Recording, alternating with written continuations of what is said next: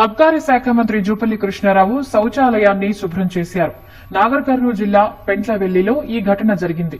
తహసీల్దార్ కార్యాలయాన్ని మంత్రి జూపల్లి తనిఖీ చేశారు. ఎంఆర్ఓ వాష్రూమ్ ను పరిశీలించిన మంత్రి అపరిశుభ్రంగా ఉన్నట్లు గుర్తించారు.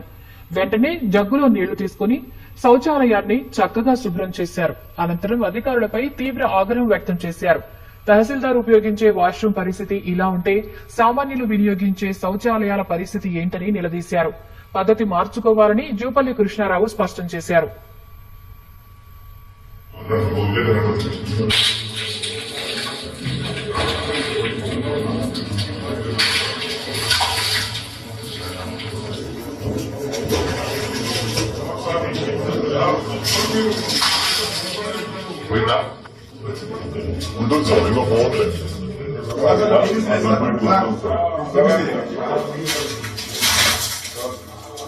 పోయిందా పోలీసు